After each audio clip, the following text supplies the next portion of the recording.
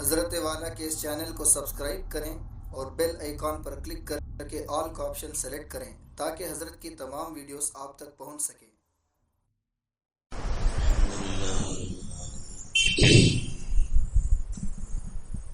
والصلاة والسلام على سيدنا محمد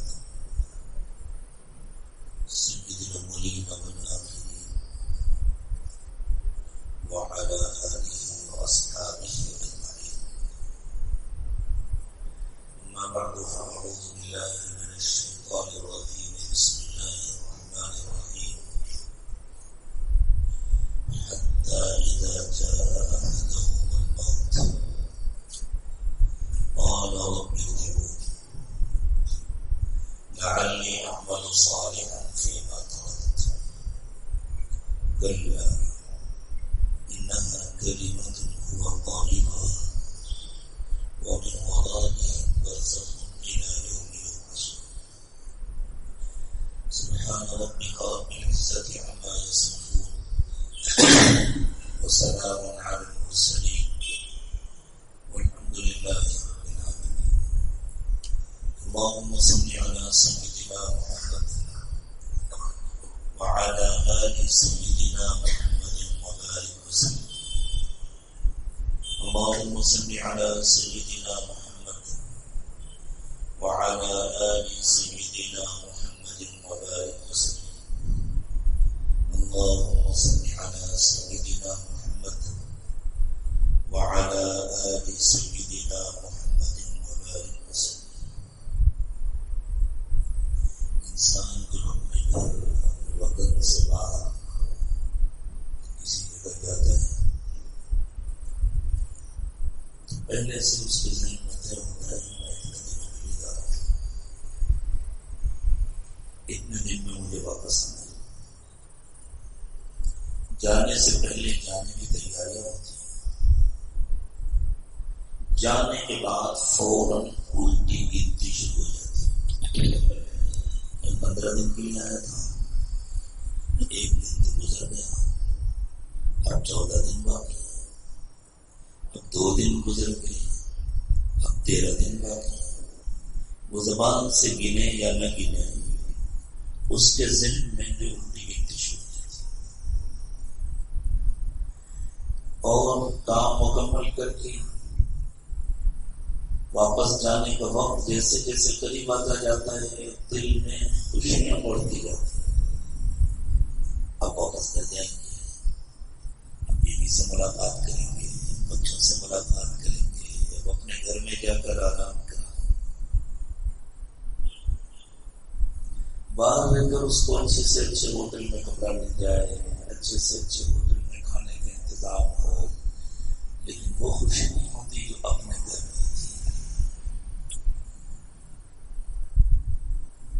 بالکل اسی طرح جب کوئی انسان دنیا میں پیدا ہوتا ہے، پیدا ہوتے ہی اس کی الٹی گنتی شروع ہو جاتی ہے. وہ ایک عمر لے کر آئے جس میں کوئی اضافہ نہیں ہو سکتا، ایک سیکنڈ بھی اس کو بڑھایا نہیں جا سکتا. ان اجل اللہ اذا جاء لا یؤخر. اللہ نے جس کے لیے جو مدت مقرر کی ہے وہ مدت آگے نہیں بڑھائی جا سکتی. وقت آئے گا انسان رخصت ہو جائے. دنیا کی یہ زندگی اصل میں مسافرت کی زندگی. جیسے آدمی گھر سے باہر جاتا ہے کمانے کے لیے، اپنے شہر میں رہنے والے، اپنے وطن میں رہنے والے بھی تو آخر اپنی ضروریات کے لیے گھر سے باہر جاتے ہیں. صبح نکلتے ہیں آفس کے لیے، فیکٹری کے لیے، کمپنی کے لیے، مارکیٹ کے لیے، دکان کے لیے. شام میں واپسی ہوتی ہے، ذہن میں ہوتا ہے جانا ہے، اتنی دیر کے بعد جانا ہے. گھر سے فون آتا ہے بیگم کا، اطلاع کرتے ہیں ہاں بس ابھی 2 گھنٹے باقی ہیں پھر آ رہا ہوں. تو آدمی کو اپنا گھر چھوڑ کر جانا پڑتا ہے اپنی ضروریات کو پورا کرنے کے لیے. یہ جو ہم دنیا میں آئے ہیں سچی بات یہ ہے کہ ہم اپنا گھر چھوڑ کر آئے ہیں اپنا گھر بنانے کے لیے، اپنا گھر چھوڑ کر آئے ہیں اپنا گھر بسانے کے لیے، اپنا گھر چھوڑ کر آئے ہیں اپنی اچھی زندگی کی تیاری کرنے کے لیے۔ یہ دنیا ہمارا گھر نہیں ہے، اور یہ دنیا رہنے کے قابل جگہ بھی نہیں ہے۔ کبھی انسان گرمی سے پریشان، کبھی سردی سے پریشان، کبھی بارش سے پریشان، پانی برسے تو پریشانی، نہ برسے تو پریشانی، ہوائیں چلیں تو پریشانی، نہ چلیں تو پریشانی،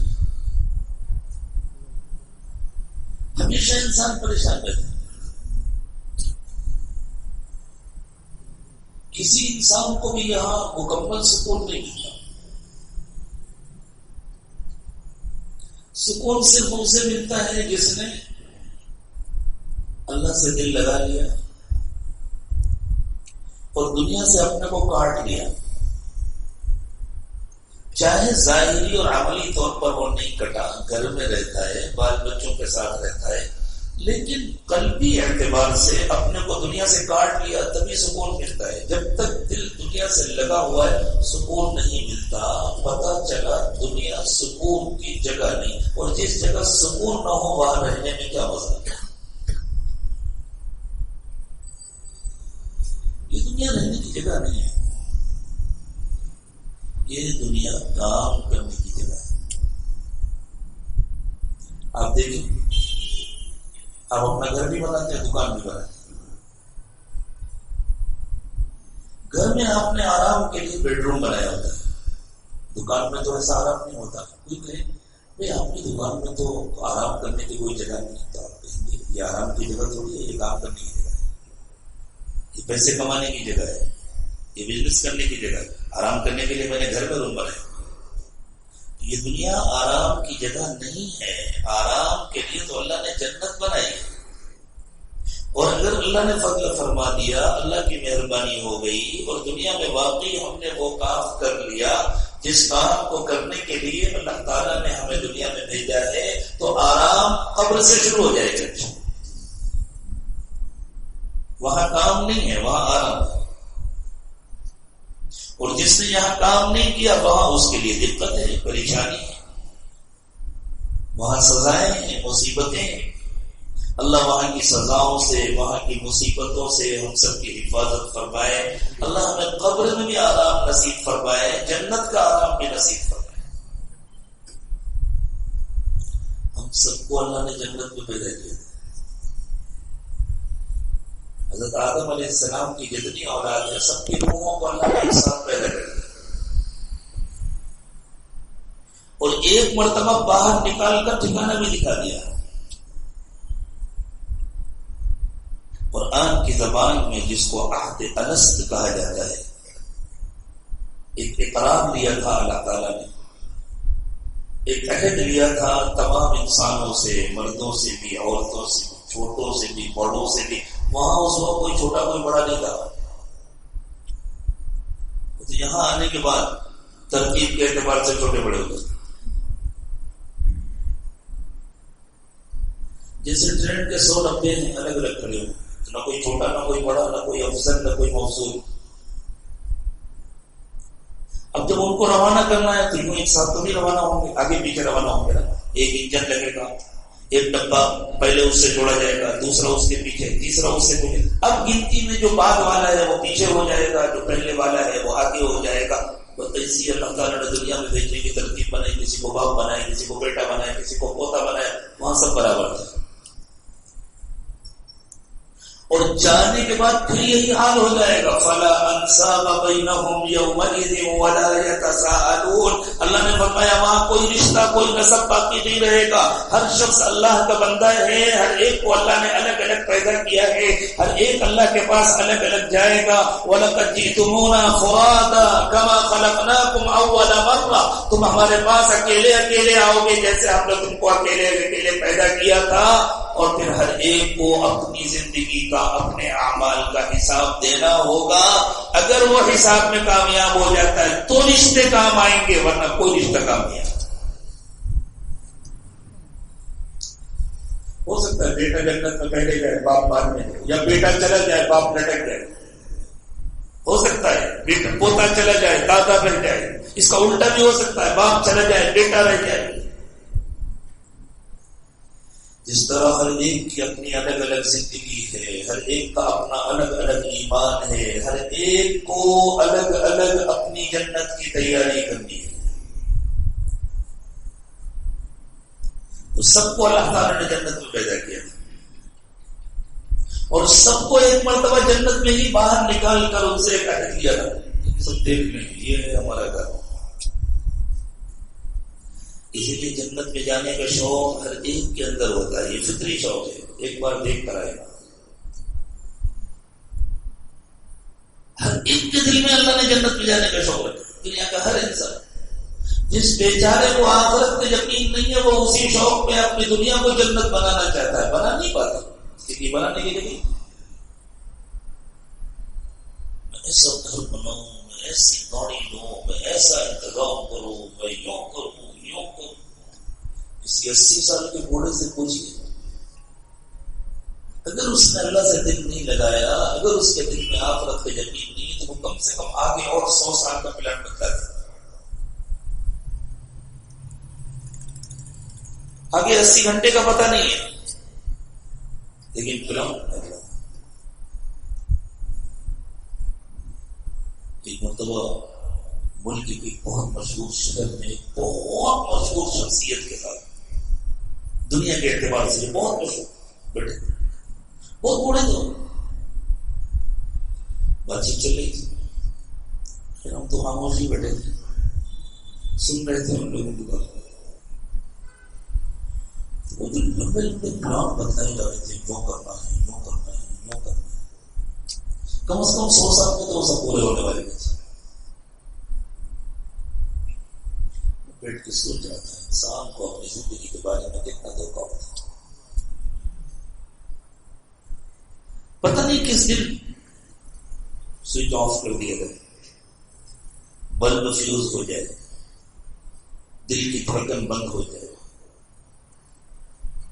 یہ کیا چیز ہے اصل میں؟ اس کی بنیاد غلط نہیں ہے، اس کی بنیاد ہے جنت کا شوق، جہاں ہمیشہ کی زندگی.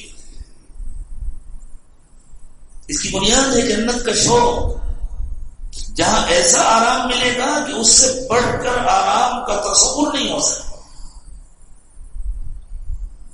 یہ شوق اللہ نے انسان کی فطرت میں ڈال دیا ہے. پھر اسی شوق کو پورا کرنے کے لیے اللہ نے دنیا میں بھیجا ہے کہ اب جاؤ تیاری کرو.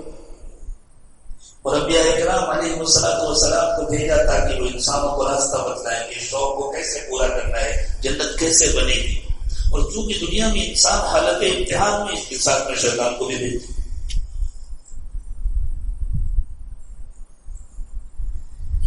اللہ تعالیٰ نے ذکر فرمایا کہ حضرت آدم علیہ السلام کی ساری اولاد کو ایک ساتھ جمع کر کے اللہ نے ایک سوال کیا تھا، وَإِذْ أَخَذَ رَبُّكَ مِنْ بَنِي آدَمَ مِنْ ظُهُورِهِمْ ذُرِّيَّتَهُمْ وَأَشْهَدَهُمْ عَلَىٰ أَنفُسِهِمْ أَلَسْتُ بِرَبِّكُمْ قَالُوا بَلَىٰ. سب کو جمع کیا تھا اللہ نے، میں بھی تھا، آپ بھی تھے، ہم سے پہلے والے بھی تھے، ہمارے بعد جو آئیں گے وہ بھی تھے، سب پیدا ہو چکے تھے، تب سب جمع ہوئے نا. معلوم ہوا یہ تو دنیا میں بھیجنے کی ترتیب ہے، کتنے آئے کتنے نہیں آئے، کتنے آنے والے ہیں کتنے جانے والے ہیں، یہ دنیا میں بھیجنے کی ترتیب ہے. انسانی روحوں کو اللہ نے ایک ساتھ پیدا کیا. تو ابھی دنیا میں بھیجا نہیں تھا تو کہاں پیدا کیا؟ ابھی حضرت آدم علیہ السلام دنیا میں اتارے نہیں گئے تھے، تو یہ کہاں سب جمع کیے گئے تھے، کہاں سوال کیے گئے تھے؟ اور ایسا تھوڑی جب سب کو جمع کر کے اللہ نے سوال کیا تو آنکھوں میں پٹی باندھنی تھی، کچھ دیکھنا نہیں. ایک بار سب جنت دیکھ کر آئے. سوچئے، تصور کیجئے، ایک بار سب جنت دیکھ کر آئے. اللہ کرے دوبارہ نہیں دیکھنا نصیب ہو. پہلی بار تو یقیناً سب دیکھ کر آئے ہیں، دوبارہ سب کے لیے دیکھنا یقینی نہیں ہے. اب محنت کرنی پڑے گی، تیاری کرنی پڑے گی. خوش نصیب ہیں وہ لوگ جن کو دوبارہ دیکھنا نصیب ہو. اور جو دوبارہ دیکھے گا پھر ہمیشہ کے لیے دیکھے گا، پھر کبھی نکالا نہیں جائے گا. خالدین فیہا ابدا.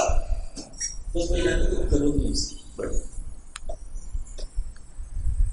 پھر دوبارہ جو جنت میں جائے گا وہ ہمیشہ کے لیے جائے گا، پھر کبھی نہیں نکالا جائے گا. تو اللہ تعالیٰ نے ہمیں دنیا میں بھیجا ہے جنت کی تیاری کے لیے. زندگی چھوٹی ہے، کام زیادہ ہے. نارمل زندگی گزار کے جنت کی تیاری نہیں ہو سکتی، کام زیادہ کرنا. اس لیے اللہ چاہتے ہیں کہ ہر انسان کے دل و دماغ پر ہر وقت آخرت کی تیاری چھائی رہے. ہر وقت اسے فکر ہو، سوتے میں، جاگتے میں، گھر میں، بازار میں، دکان میں، فیکٹری میں، جاب میں، آفس میں، بال بچوں کے ساتھ، اندر باہر، ہر وقت اسے آخرت کی فکر ہو. پھر بھی جنت کی تیاری نہیں ہو گئی. زندگی بھر کی عبادتیں ایک گلاس پانی کی قیمت نہیں بن سکتی.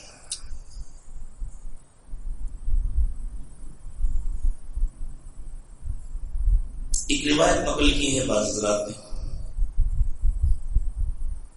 کہ بنی اسرائیل میں کوئی آدمی تھا، بہت نیک اور متقی تھا، اور نبی اللہ نے اس کو خوب لمبی دی تھی. پرانے زمانے میں لوگوں کی عمریں لمبی ہوتی تھی. جیسے جیسے وقت آگے بڑھتا جا رہا ہے عمریں گھٹتی جا رہی ہیں، تمنائیں بڑھتی جا رہی ہیں. چھوٹی چھوٹی عمروں میں لوگ زیادہ کام کر لیتے ہیں، اسپیڈ بڑھ گئی. پہلے حج کرنے جاتے تھے تو محرم میں روانہ ہوتے تھے، پتہ نہیں ہوتا تھا حج تک مکہ مکرمہ پہنچیں گے.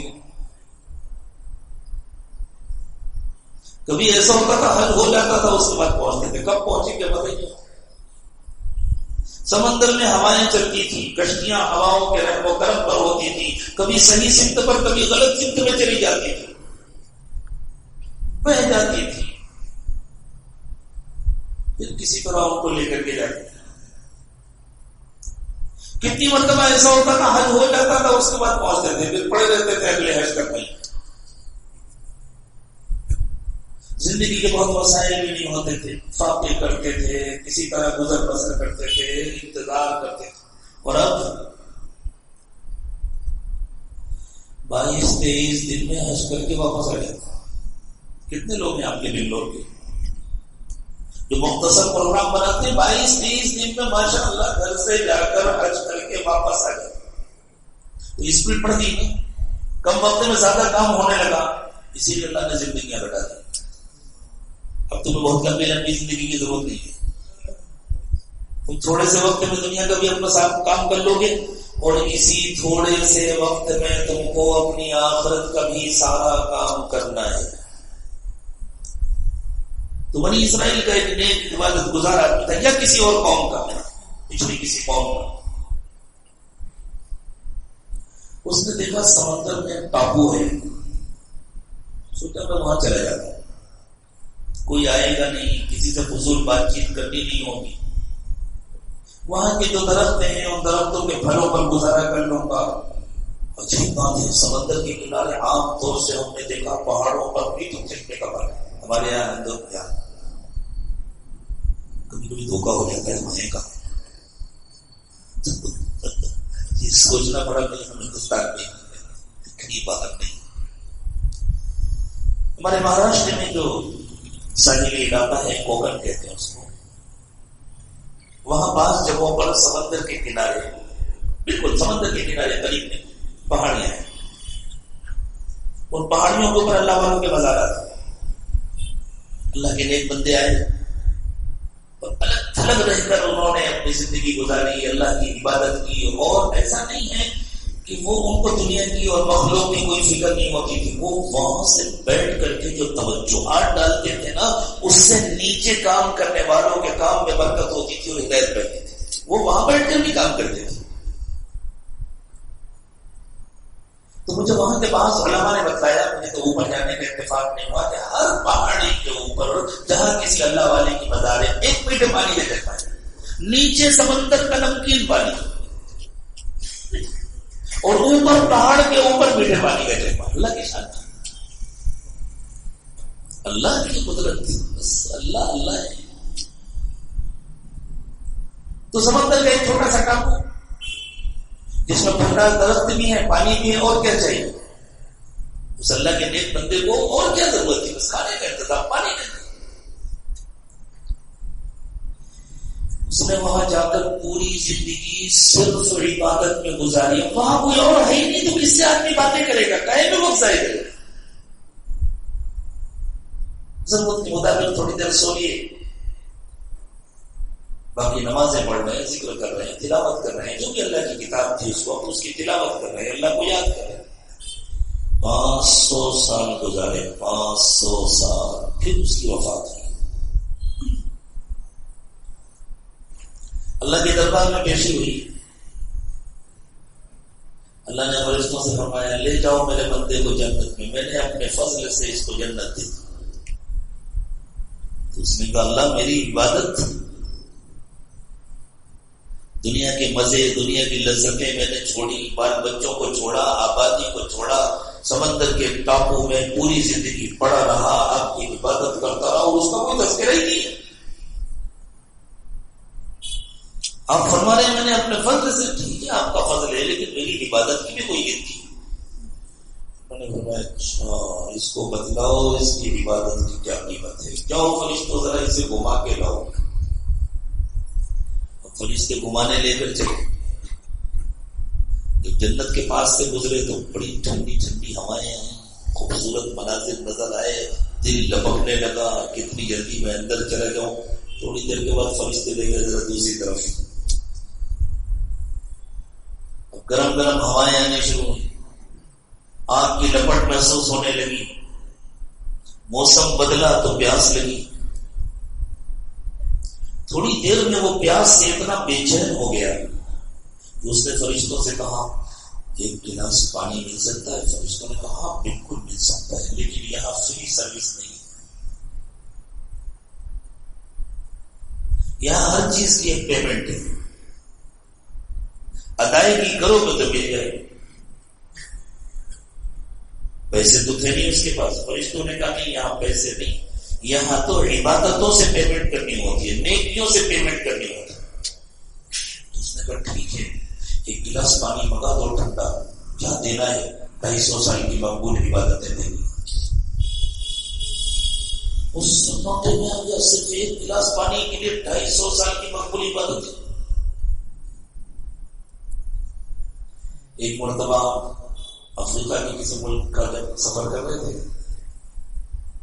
ممبئی سے ہماری فلائٹ لیٹ ہوئی، راستے میں جہاں فلائٹ چینج کرنی تھی وہاں فلائٹ مس ہوئی، 10 گھنٹے انتظار کرنا تھا نیروبی ایئرپورٹ.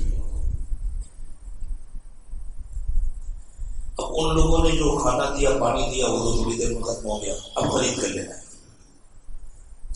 ایک دکان پر پہنچے بھی پانی چاہیے، ہم نے کہا آدھے لیٹر کی بوتل $2. آدھا لیٹر پانی $2، کم از کم 70 روپے کا تو ہوگا نا $1. 140 روپے کا آدھا لیٹر پانی. اس مجمع میں کوئی ہے جو بنگلور میں خریدے 140 روپے کا آدھا لیٹر پانی؟ لیکن جب گلے میں کانٹے پڑتے ہیں اور پیاس لگتی ہے تو پھر تو آدمی اپنا کرتا پیجامہ میں بیچنے کو تیار ہو جائے گا. خریدنا پڑتا ہے، خرچ کرنا پڑتا ہے. وہ سوچنا پڑ گیا 250 سال کی عبادتیں ایک گلاس پانی کے لیے. نہیں میں اتنا مہنگا پانی نہیں خریدوں گا. فرشتوں نے کہا تمہاری مرضی، چاہیے تو مل جائے گا، ادائیگی کرنی پڑے گی، نہیں چاہیے تو نہیں چاہیے. تھوڑی دیر کے بعد اس نے حساب لگایا، چلو دے دیتا ہوں، پھر بھی تو 250 سال کی بچیں گی نا، وہ بھی کم تھوڑی ہے. ایسے موقع پہ پھر آدمی حساب لگاتا ہے اس کے بعد بھی تو اتنے پیسے بچ جائیں گے میرے پاس. اس نے 250 سال کی عبادتیں دے کر ایک گلاس پانی لے لیا، فرشتے تھوڑی دیر اور اسی علاقے میں ٹہلاتے رہے، بچا کے دیکھو اپنی عبادتیں۔ تھوڑی دیر کے بعد پھر پیاس لگنے لگی۔ اب جب پیاس لگنے لگی تو پیاس کی تکلیف کم اور بچی ہوئی عبادتوں میں جانے کی تکلیف زیادہ۔ تھوڑی دیر کے بعد پھر اسے لگا اب تو جان نکل جائے گی، مرتا کیا نہ کرتا۔ اس نے کہا بھائی جو بچی ہے وہ بھی لے لو، پانی تو پلا دو۔ فرشتوں نے دوبارہ پانی پلوا دیا، اب ہاتھ خالی۔ فرشتے واپس لے کر آئے، اللہ نے فرمایا اس کے پاس کچھ نہیں بچا، لے جا کر جہنم میں ڈال دو۔ اللہ مہربانی فرمائے، اللہ میں نے آپ کی کبھی نافرمانی نہیں، اللہ پل پل آپ کی یاد میں گزارا تھا، اللہ مہربانی فرما دیجیے، اللہ فضل فرما دیجیے۔ اللہ نے فرمایا یہی تو میں نے تجھ سے پہلے کہا تھا، میں تجھے اپنے فضل سے جنت میں بھیج رہا ہوں۔ ہمیشہ ہمیش کی جنت اور جنت کی ہمیشہ ہمیش کی نعمتیں، ان کے مقابلے میں تیرے 500 سال کی عبادت کی کیا حیثیت ہے؟ میں اپنے فضل سے تجھے جنت میں بھیج رہا ہوں۔ پھر اللہ نے فرشتوں سے فرمایا جا میرے بندے کو میرے فضل سے لے جاؤ اور جنت میں ڈالو۔ اس قسم کے قصے نبی اکرم صلی اللہ علیہ وسلم نے ہم کو سنائے ہیں سمجھانے کے لیے۔ کسی کو اپنی عبادتوں پر ناز نہ ہو، کسی کو اپنی محنتوں پر ناز نہ ہو۔ اللہ کے نبی صلی اللہ علیہ وسلم نے فرمایا جنت میں جو جائے گا اللہ کے فضل سے، اللہ کی مہربانی سے جائے گا۔ صحابہ کرام نے حیرت سے پوچھا حضور آپ بھی؟ فرمایا ہاں میں بھی اللہ کی مہربانی سے۔ اگر اللہ کا رحم ہو گیا، اگر اللہ نے کرم فرما دیا تو میں بھی اللہ کی مہربانی سے جاؤں گا۔ جب یہ یقین دل میں اتر جاتا ہے تو پھر کوئی غرور نہیں ہوتا، پھر کوئی پڑھائی نہیں ہوتی، پھر اپنی عبادتیں دکھانے کا شوق نہیں ہوتا، پھر تو ان کو چھپانے کا شوق ہوتا ہے، پھر تو رو رو کر اللہ سے گڑ گڑانے کا شوق ہوتا ہے۔ اللہ مہربانی فرما دیجیے، اللہ نے مہربانی فرما دی تو کام بنے گا، اللہ کی مہربانی نہیں ہوئی تو ساری دنیا چاہے جتنی تعریف کرے کوئی کام بننے والا نہیں۔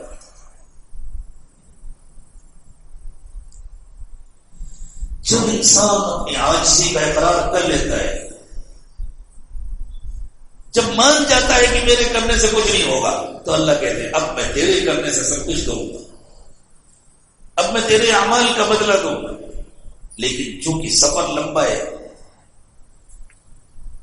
فاصلہ طویل ہے، وقت کم ہے، ہمتیں بھی کم ہیں، اس لیے اللہ نے ایسا انتظام کیا کچھ تم چلو کچھ ہم سمیٹیں گے مسافت کو۔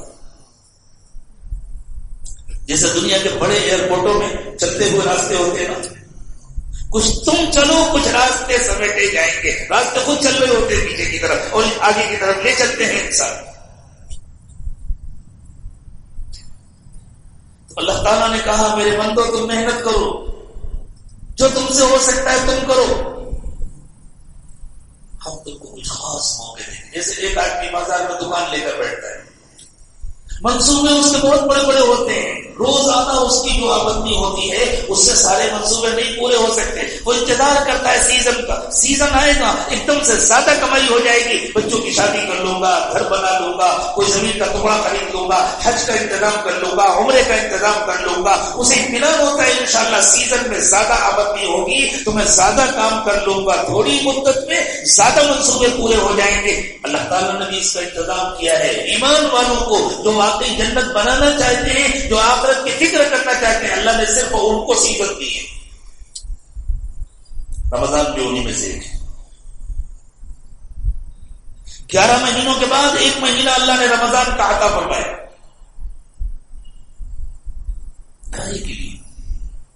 میرے بندے مجھے راضی کرنے کے لیے محنت کر رہے ہیں، وقت کم ہے، کام زیادہ ہے، میں ان کی مدد کر دیتا ہوں، میں ان کا کام آسان بنا دیتا ہوں۔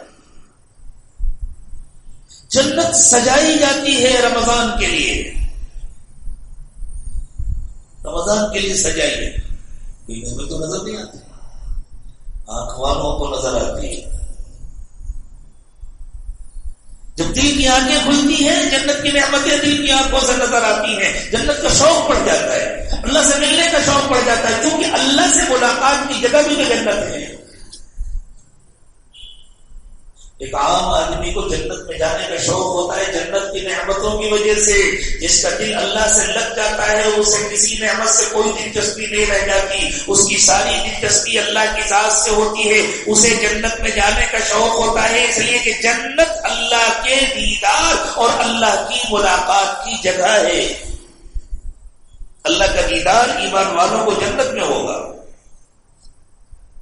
اللہ سے ملاقات ایمان والوں کی جنت میں ہوگی. ان کو جنت میں جانے کا شوق اس لیے ہوتا ہے کہ یہاں اللہ سے ملاقات ہو. ایک آدمی نے اپنا گھر بنایا ہوا 5 اسٹار ہوٹل سے بھی زیادہ بنتا. اب وہ کسی جگہ جائے اس سے کہ ہم نے آپ کو یہ فلاں ہوٹل میں کمرہ بک کر دیا, اسے اس کمرے سے کیا دلچسپی ہوگی؟ اس سے اچھا کمرہ اس کا ہے. اسے اس ہوٹل سے کیا دلچسپی ہوگی؟ اس سے اچھا گھر اس کا ہے.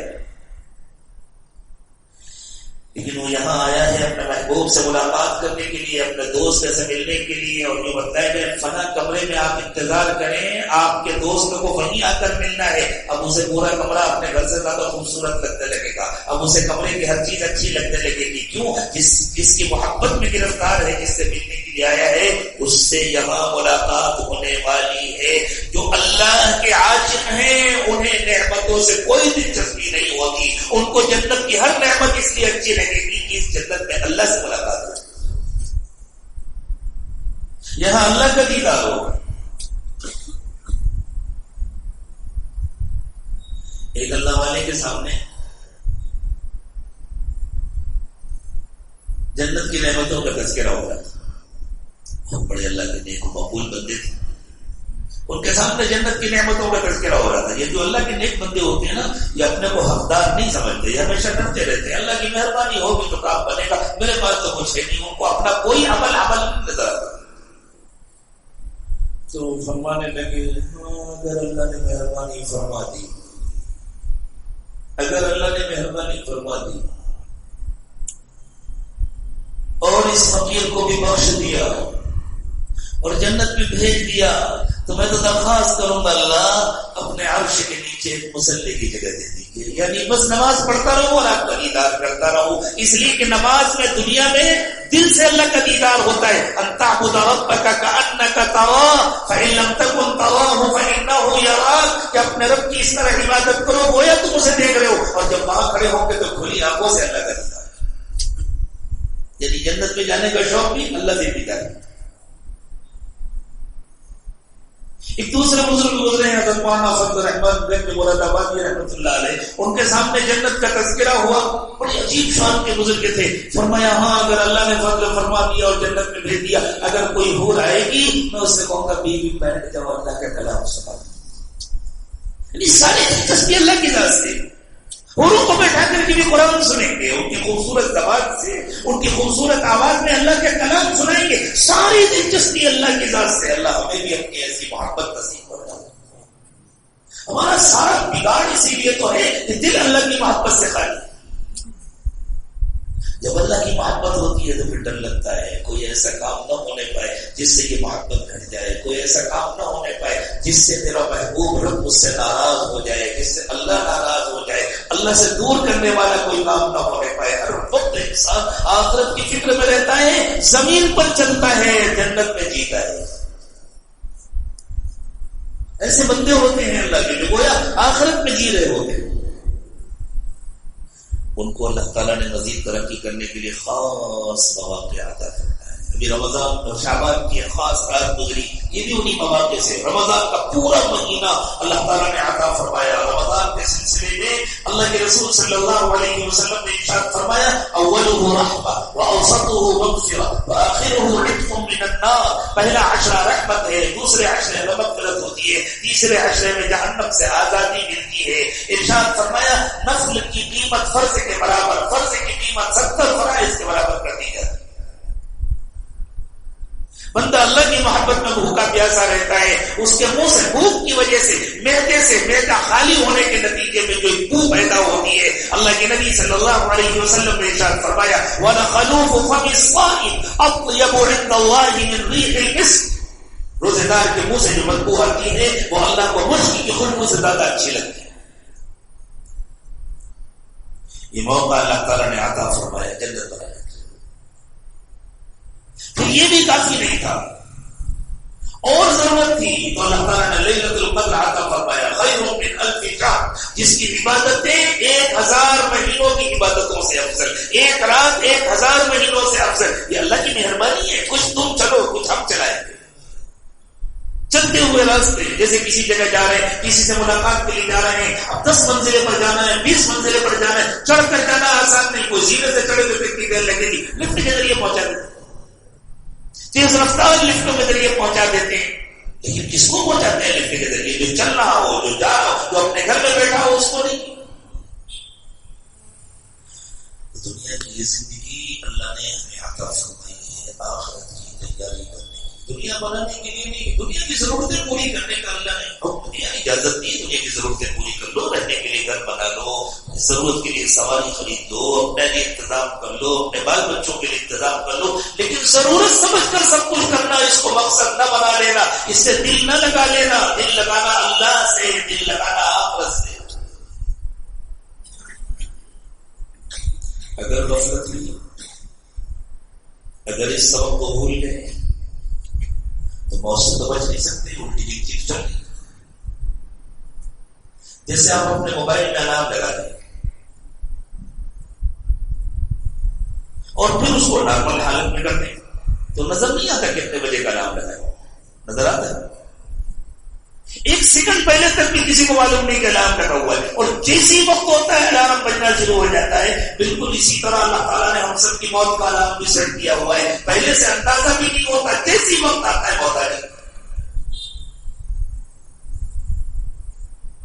اللہ دھوکہ کھانے سے ہماری حفاظت کرے. زندگی ایک دھوکہ ہے. وَمَا الْحَيَاةُ الدُّنْيَا إِلَّا مَتَاعُ الْغُرُورِ. زندگی دھوکہ ہے. اللہ اس کے دھوکے سے ہماری حفاظت فرمائے. اگر خدا نہ خواستہ کوئی دھوکہ کھا گیا اور اس نے زندگی میں آخرت کی تیاری نہیں کی، موت جب آتی ہے نا، روح باہر بعد میں نکلتی ہے، سامنے کے پردے پہلے رہتے ہیں. اچانک پردے ہٹا لیے جاتے ہیں، اچانک آخرت کے مناظر نظر آنے لگتے ہیں، اور اس کی اپنی پوری زندگی سیکنڈ کے بھی کسی چھوٹے سے حصے میں ایک دم سے اس کی نظر کے سامنے گھوم جاتی ہے پوری زندگی. جو کہ پھر زندگی زمان و مکان کی قید سے آزاد ہو چکی ہوتی ہے. اور جب کوئی چیز زمان و مکان کی قید سے باہر ہو جائے تو اس کو لوٹنے میں، اس کو سامنے سے گزرنے میں وقت نہیں لگتا. تو انسان کو حسرت ہوتی ہے، جانا ہے یہاں، اور تیاریاں اس کی تھی، کس کو چھوڑ دیا. فنا پلاٹ، فنا پلاٹ، فنا فلیٹ، فنا گاڑی، اتنا بینک بیلنس، یہ سب میں نے کیا جس کو میں چھوڑ کر کے جا رہا ہوں. اور جہاں جانا ہے وہاں کے لیے تو میں نے کوئی ایک پلاٹ بھی نہیں بنایا، وہاں کے لیے تو کوئی تیاری نہیں کی.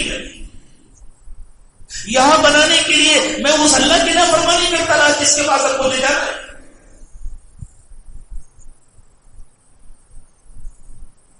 اب اس کو تمنا ہو کاش کی جان سو مل جائے، اب میں یہ غلطی نہیں کروں،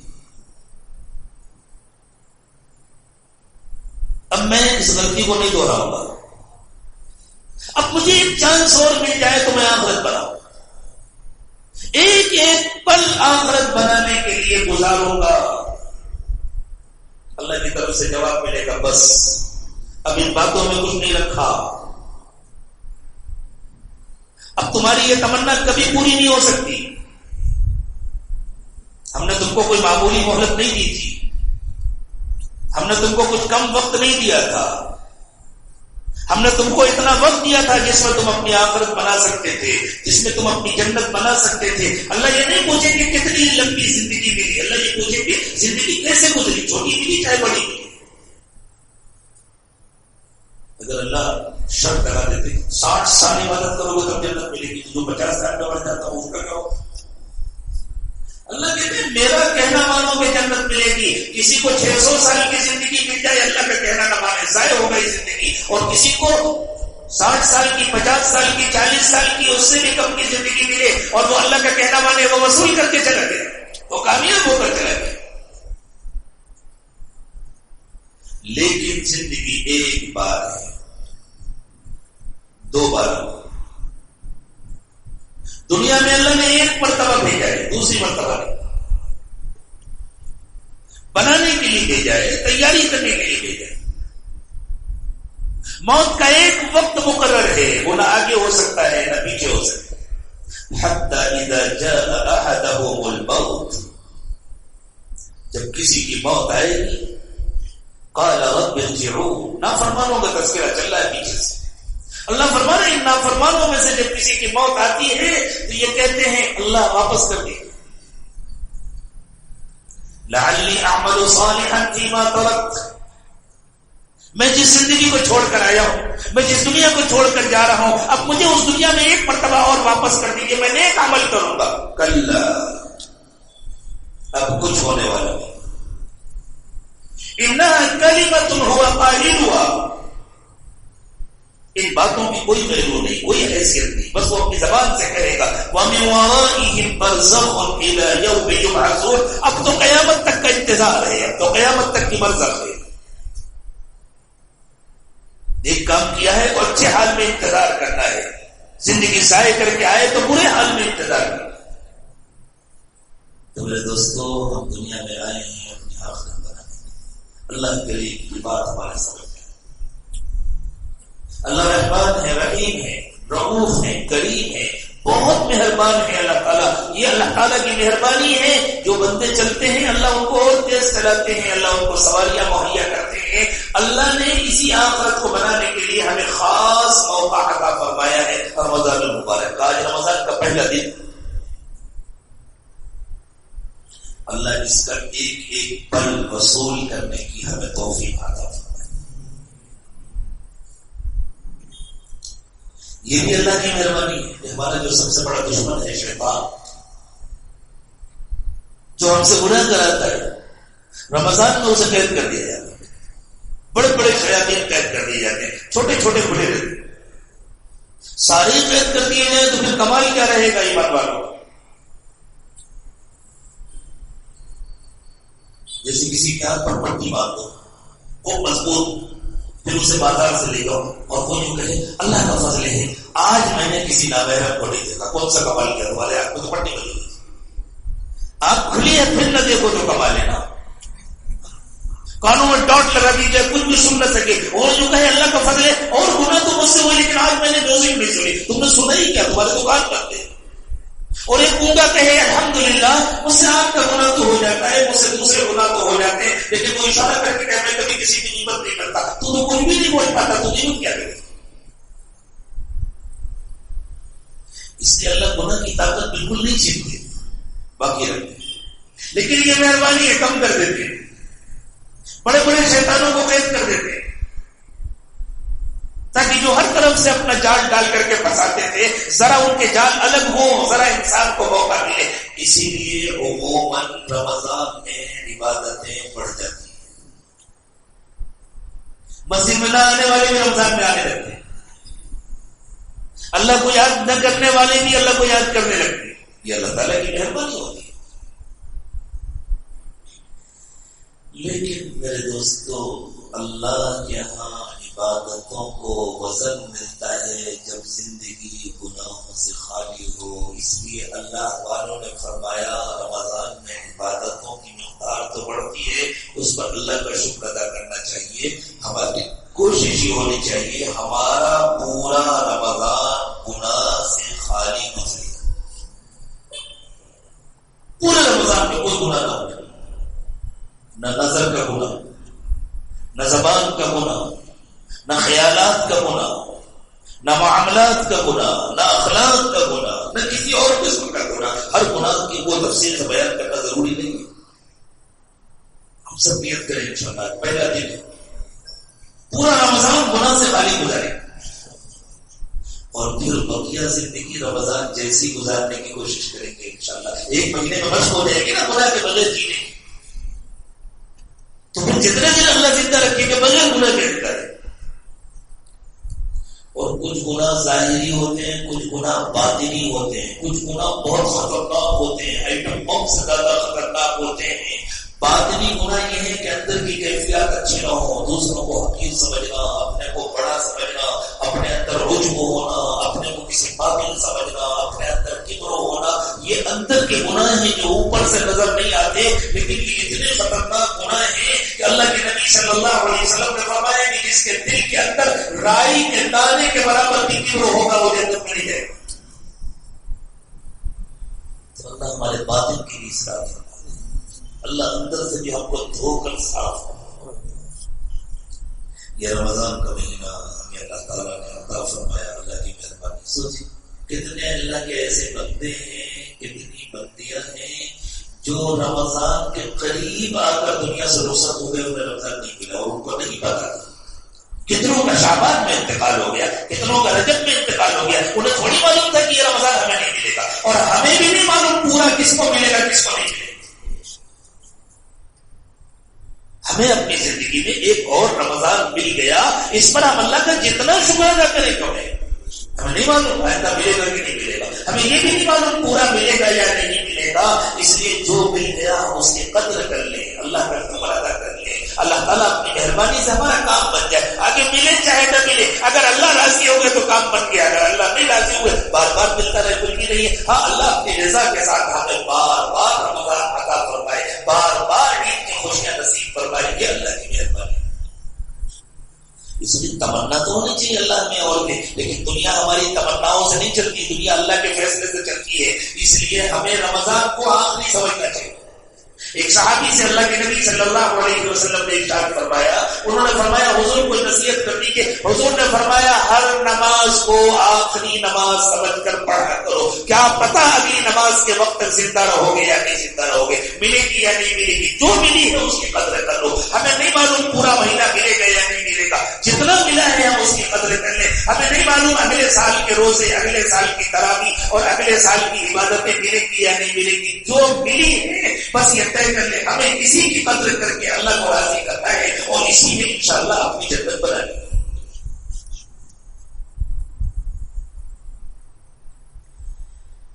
باقی اگر کسی نے اللہ کو راضی نہیں کیا تو دوسرے جتنے سہارے ہیں نا سب کچے دھاگے ہیں۔ فَإِذَا نُفِخَ فِي الصُّورِ، اللہ نے فرمایا جب سور پھونکی جائے گی فَلَا أَنْسَابَ بَيْنَهُمْ يَوْمَئِذٍ وَلَا يَتَسَاءَلُونَ، نہ اس دن کوئی رشتہ کام آئے گا، نہ کوئی تعلق کام آئے گا، کوئی کسی کو پلٹ کے پوچھے گا ارے بھائی کیسے ہو، اتنا پوچھنے والا بھی کوئی نہیں ہوگا۔ وَلَا يَتَسَاءَلُونَ فَمَنْ ثَقُلَتْ مَوَازِينُهُ فَأُولَئِكَ هُمُ الْمُفْلِحُونَ، اس دن وہی کامیاب ہوں گے جن کا اپنا ترازو میں بھاری ہوگا، جن کے اپنے اعمال وزنی ہوں گے وہ کامیاب ہوں گے۔ وَمَنْ خَفَّتْ مَوَازِينُهُ فَأُولَئِكَ الَّذِينَ خَسِرُوا أَنفُسَهُمْ فِي جَهَنَّمَ خَالِدُونَ، اور جن کے اپنے اعمال ہلکے ہوئے انہوں نے اپنا نقصان کر لیا، اب انہیں جہنم میں رہ کر چلنا اور کرنا ہے، ہمیشہ رہنا ہے۔ اللہ جہنم سے بڑی حفاظت فرمائے، ہم سے تو موسم کی گرمی برداشت نہیں ہوتی، جہنم کو کیا برداشت۔ اللہ ہم سب کو جنتی بنا دے، اللہ ہم سب سے راضی ہو جائے، اور اللہ اس رمضان کی ہمیں قدر کرنے کی توفیق عطا فرمائے۔ جو زندگی گزر چکی ہے اس کے گناہوں کو اللہ معاف فرما دے، جو زندگی باقی رہ گئی ہے اللہ اس کو پچھلی زندگی کا کفارہ۔ تھوڑی دیر اللہ کی طرف متوجہ ہو جائیں، آنکھیں بند کر لیں جی، پہلے بیعت کے کلمات پڑھ لیں، توبہ کر لیں، اور جو لوگ بیعت کرنا چاہتے ہیں وہ توبہ کے ساتھ ساتھ بیعت کی بھی نیت کریں، کلمات کو ساتھ ساتھ پڑھیں۔ بسم اللہ الرحمن الرحیم، لا الہ الا اللہ محمد رسول اللہ صلی اللہ علیہ وسلم، آمنت باللہ وملائکتہ وکتبہ ورسلہ والیوم الآخر والقدر خیرہ وشرہ من اللہ تعالی والبعث بعد الموت، آمنت بالله كما هو بأسمائه وصفاته وقبلت جميع أحكامه، أشهد أن لا إله إلا الله وأشهد أن محمدا عبده ورسوله، استغفر استغفر اللہ ربی من کل ذنب واتوب الیہ برحمتک یا ارحم الراحمین. اللہ تعالیٰ اس کو قبول فرمائے. ہمارے بزرگوں نے کچھ معمولات بتلائے ہیں، ہم کو غور سے سن لیں. روزانہ صبح شام میں تسبیحات پڑھیں، تسبیح استغفار کی، تسبیح درود شریف کی، قرآن پاک کی تلاوت کریں. چلتے پھرتے اٹھتے بیٹھتے ہر وقت دل کو اللہ کی طرف متوجہ رکھیں اور تھوڑی دیر اللہ کی یاد کے لیے فارغ کریں. مراقبہ کریں. مراقبے کا طریقہ یہ ہے کہ آنکھیں بند کر کے سر کو جھکا کر دل کو اللہ کی طرف متوجہ کر کے بیٹھیں اور یہ نیت کریں کہ اللہ کی رحمت آ رہی ہے، میرے دل میں سما رہی ہے، میرے دل سے گناہوں کو دھو رہی ہے اور میرا دل کہہ رہا ہے اللہ اللہ اللہ. زبان سے اللہ اللہ نہیں کہنا، بس یہ نیت کریں کہ دل اللہ اللہ کہہ رہا ہے اور میں سن رہا ہوں. 15-20 منٹ کا مراقبہ آپ کے دل کو صاف کرے گا، آپ کے دل کو اللہ کی محبت سے بھرے گا، دل میں گناہوں کی نفرت پیدا کرے گا اور پھر اللہ کا کہنا ماننا اچھا ہے. زندگی بدلتی ہوئی محسوس ہوگی. اسی طرح اپنے شہر سے اپنا رابطہ مضبوط رکھیں. کم از کم مہینے میں ایک مرتبہ اپنے حالات کی اطلاع کریں. معمولات کے کارڈ میں واٹس ایپ نمبر لکھا ہوا ہے، واٹس ایپ پر اپنے حالات لکھیں اور جب بھی لکھیں اپنا نام اور اپنے شہر کا نام سے. مہینے میں ایک مرتبہ آپ کے یہاں شہر کے باہر قریب ایک مقام پر خانقاہ کی مجلس ہوتی ہے، اس میں شرکت کریں اور جتنے دینی کام ہیں سارے کاموں کو اپنا سمجھیں اور اپنی زندگی کو دین کی ترتیب کے مطابق دینی تقاضوں کو پورا کرتے ہوئے گزارنے کی کوشش کریں. جب دینی تقاضوں کو پورا کریں گے اور ہر کام اللہ کی رضا کے لیے کریں گے تو اپنی ضرورتوں میں جو وقت گزاریں گے اللہ اس پر بھی اجر عطا فرمائے. پھر اللہ تعالیٰ پوری زندگی کو عبادت بنا. تھوڑی دیر کے لیے مراقبہ کر لیں، آنکھیں بند کر لیں، سر کو جھکا لیں. دنیا اور دنیا میں جو کچھ بھی ہے اس سب سے ہٹ کر اللہ کی یاد میں کھو جائیں. یہ نیت کریں کہ اللہ کی رحمت آ رہی ہے، میرے دل میں سما رہی ہے، میرے دل سے گناہوں کو دھو رہی ہے اور میرا دل کہہ رہا ہے اللہ اللہ اللہ. زبان سے اللہ اللہ نہ کہیں، بس یہ نیت کریں کہ دل اللہ اللہ کہہ رہا ہے اور میں سن.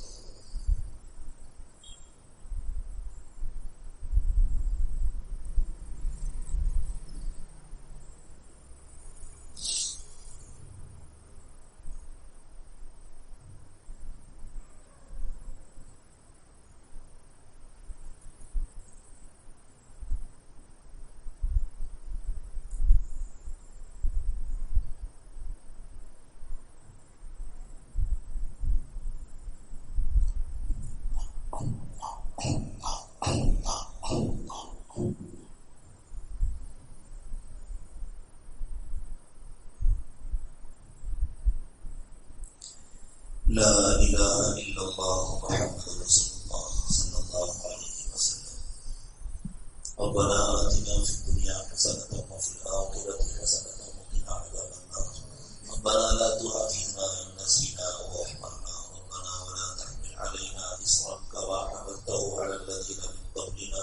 ربنا ولا تحملنا ما لا طاقة لنا به واعف عنا واغفر لنا وارحمنا أنت مولانا فانصرنا على القوم الكافرين.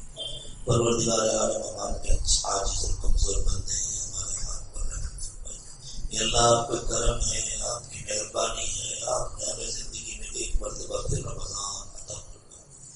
اللہ اس نعمت کی قدر کرنے کی توفیق عطا فرمائیے، ناقدری کے وبال سے حفاظت فرمائیے. اللہ انفرادی مجرم نے سب سے پہلے تک گناہوں میں ڈوبے ہوئے، اللہ ہر گناہ کا اقرار کرتے.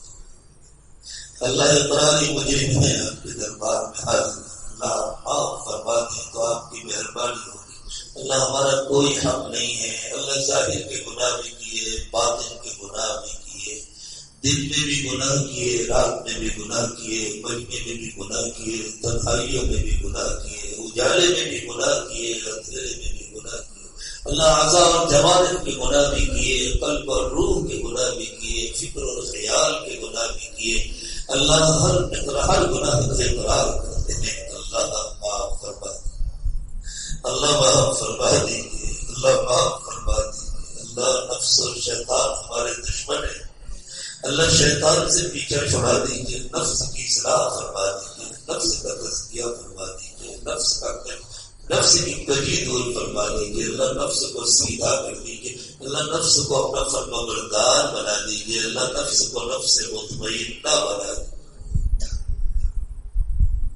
اللہ، جو زندگی باقی رہ گئی ہے اسے پچھلی زندگی کا کفارہ بنا دیجیے، آنے والے وقت کو پچھلے وقت سے بہتر بنا دیجیے اللہ، روزہ کو قبول فرمائیے، تراویح کو قبول فرمائیے، ذکر و تلاوت کو قبول فرمائیے اللہ، دعاؤں کو قبول اللہ، سحر اور افطار کو قبول فرمائیے اللہ، صدقہ اور خیرات کو قبول فرمائیے، زکوٰۃ کو قبول فرمائیے اللہ، اپنے راستے میں خوب خرچ کرنے کی توفیق عطا فرمائیے اور اللہ آپ راضی ہو جائیے اللہ، آپ راضی ہو جائیے اللہ، آپ راضی ہو جائیے اللہ، ہماری زندگی میں جتنی مصیبتیں ہیں وہ آپ کی ناراضگی کی وجہ سے ہیں اللہ، ہم اقرار کرتے ہیں اپنے آپ کو بہت ناراض کر لیا اللہ، زمین اور آسمان کے بدلے بدلے تیور بتا رہے ہیں کہ آپ ہم سے بہت ناراض ہیں اللہ، اللہ معاف فرما دیجیے اللہ، معاف فرما دیجیے اللہ، راضی ہو جائے اللہ اللہ، جس طرح بغیر کسی استحقاق کے آپ نے ہمیں رمضان عطا فرمایا